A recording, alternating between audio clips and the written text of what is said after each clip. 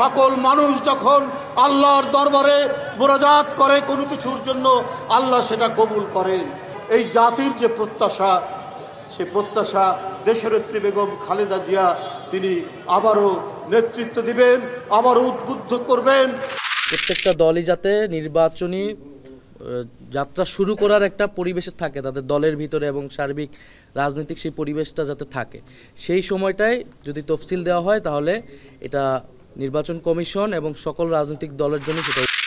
সব মার্কা দেখা শেষ, আমরা নতুনভাবে এই নতুন মার্কাগুলোকে দেখতে চাই, যারা ক্ষমতায় গিয়ে দেশকে নতুনভাবে পরিচালিত করবেন।